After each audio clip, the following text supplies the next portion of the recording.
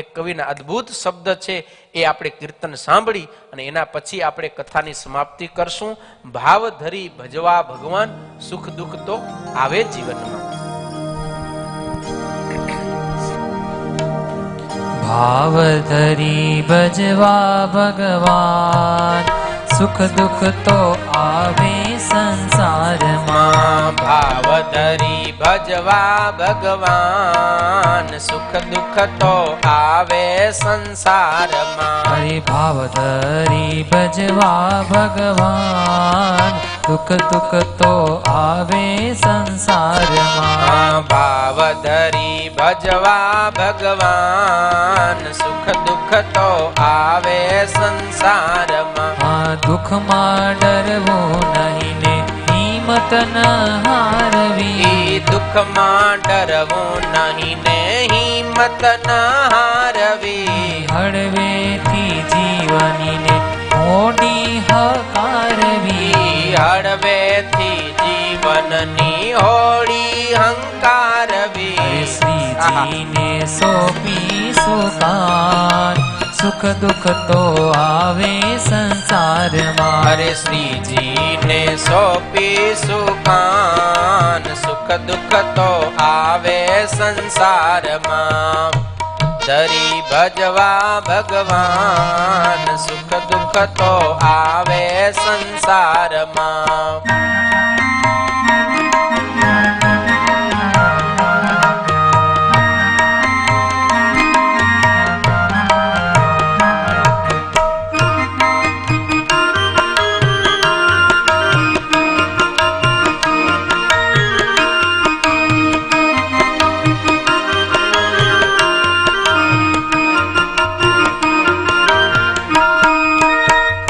કવિ કહે છે કે જીવન છે, સંસાર સાગર છે, તો એની અંદર સુખ અને દુઃખ જેમ તડકો ને છાંયો આવે ને એમ આવ્યા જ કરશે. પણ એ દુઃખને કારણે આપણે ડરી અને કાયર ન થવું, હિંમત ના હારી જાવી, હિંમત રાખવી. અરે આ મનુષ્ય શરીર છે ને, ગમે એવું દુઃખ આવે ને આપણે તરી જશું. અને એ દુઃખને બહુ મગજમાં ના લેવું, ટેન્શન ના લેવું, ડિપ્રેશનમાં ના આવી જવું, ભગવાનને ચરણે સોંપી દેવું. આ સંસાર સાગરમાં આપણે આ મનુષ્ય શરીર એક નૌકા રૂપ છે, ઈ નાવને ભગવાન નાવિક બનાવીને સોંપી દેવું કે પ્રભુ હવે તો આ બધું તમારે ચરણે છે, તમે સંભાળજો. એમ ભગવાનને આપણો સુકાન સોંપી દેશો ને તો આ સંસાર સાગરમાં ગમે એવું દુઃખ આવશે ને તો પણ આપણે તરી જાશું, આપણને કાંઈ વાંધો નહીં આવે. એટલે ગમે એવું દુઃખ આવી પડે ને ક્યારે મરવાનો વિચાર ન કરવો, પણ આપણે તરત જ ભગવાનના ચરણને પકડી લેવા અને પ્રભુને પ્રાર્થના કરવી કે પ્રભુ તમને સોંપી દીધું, તમે મને ઉગારી લો. અને સમજણ હાથમાં રાખવી. હા, આપણને એમ કે હર હંમેશ મને સફળતા મળે, મને માન જ મળે, મને સુખ જ મળે, આવું હરરોજ હોતું નથી. ક્યારેક માન મળે તો ક્યારેક અપમાન મળે, ક્યારેક સુખ મળે, ક્યારેક દુઃખ મળે, ક્યારેક આપણને છાંયો હોય તો ક્યારેક તડકો પણ હોય. આવી રીતે એક સમજણ રાખવી કવિ આગળ કહે છે. કોઈ દિન ઉપહાર મળે ભોજન મન ભાવતા. કોઈ દિન ઉપહાર મળે ભોજન મન ભાવતા. અરે કોઈ દિન સ્નેહી જનોના આમંત્રણ આવતા. કોઈ દિન સ્નેહી જનોના આમંત્રણ આવતા. કોઈ દિન થાય ઉપવાસ, સુખ દુઃખ તો આવે સંસારમાં.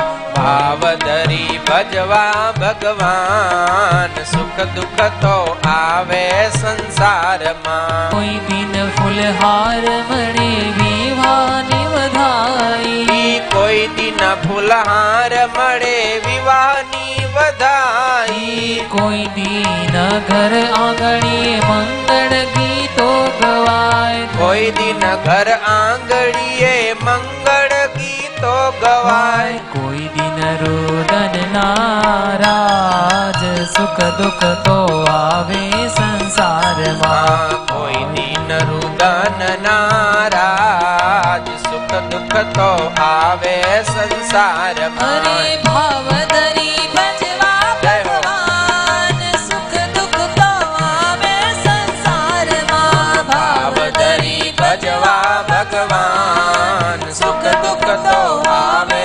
સંસારમાં. સુખ દુઃખ છે ને મિત્રો જીવનની અંદર આવ્યા જ કરશે. ક્યારેક આપણને સારા મનગમતા ભોજન મળે, એ સગા સંબંધીઓ તરફથી સારા સારા આમંત્રણ આવે, લગ્ન પ્રસંગના વગેરે બધું, પણ ક્યારેક આપણને ખાવા ન મળે, આવી પણ પરિસ્થિતિ આવે. તમે ઇતિહાસ તપાસ કરજો, મોટા મોટા જેટલા સક્સેસફુલ વ્યક્તિઓ છે, ધનાઢ્ય વ્યક્તિઓ છે ને, એના જીવનની અંદર પણ ચડાવ ને ઉતાર આવ્યો છે. ક્યારેક મોટા મોટા બંગલાના આસામી હોય, એને ઝૂંપડામાં રહેવાનો વારો આવે અને ફરીવાર પરિસ્થિતિ સારી થાય ને મોટા બંગલામાં રહેવા મળે છે. તો જ્યારે એ ઝૂંપડામાં રહેવા માંડ્યો અને જો એને શરીર ગુમાવી દીધું તો ફરીવાર પાછો કોઈ દી બંગલા સુધી પહોંચી ન શકે. એટલે ખાસ આપણે સમજણ એક આપણા જીવનની અંદર હશે ને તો આપણે ક્યારે આપઘાત કરવાનો વારો આવશે નહીં. ક્યારેક બધી જગ્યાએ આપણને આમંત્રણ આવે અને ક્યારેક કદાચ કોઈ પ્રસંગમાં આપણને બોલાવ્યા નહીં ને તોય રાજી રહેવું, મોઢું ચડાવીને પછી મરી ન જાઉં. ઘણા માણસોને બોલાવીને તો આપઘાત કરી લે, એવું પણ આપણે કરવું જોઈએ નહીં. અને સૌથી છેલ્લે તો બહુ મોટી વાત બતાવે છે કે આપણે માણસ છીએ, મનુષ્ય શરીર છે તો દુઃખ તો આવે જ ને. અરે માણસ હું, દેવતાઓને દુઃખ આવે તો આપણે તો ભાઈ માણસ છીએ હે. એટલે અંતિમ કડીમાં કવિ કહે છે દેવોને દુઃખ પડે માનવ શું કરે. અરે દેવોને દુઃખ પડે માનવ શું કામ રડે, દેવોને દુઃખ પડે માનવ શું કામ રડે, ભાગ્યમાં લખેલું તો સૌને ભોગવવું જ પડે, એ ભાગ્યમાં લખેલું તે તો સૌને ભોગવવું પડે.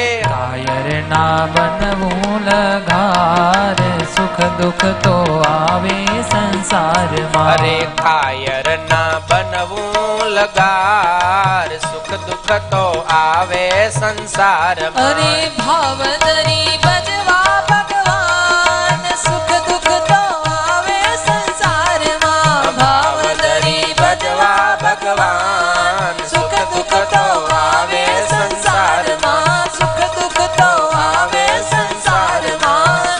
સુખ દુઃખ તો આવે સંસારમાં. સુખ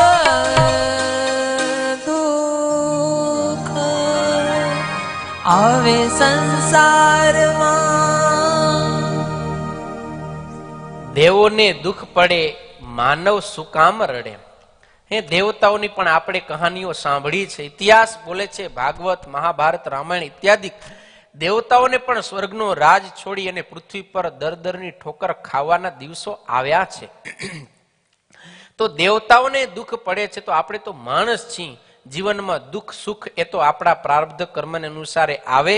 ભાગ્યમાં લખેલું હોય એ આપણે ભોગવવું પડે છે. મરી જવું એ એનો કઈ ઉપાય નથી. મરવા છતાંય આપણે પ્રારબ્ધ કર્મ થકી છૂટવાના નથી.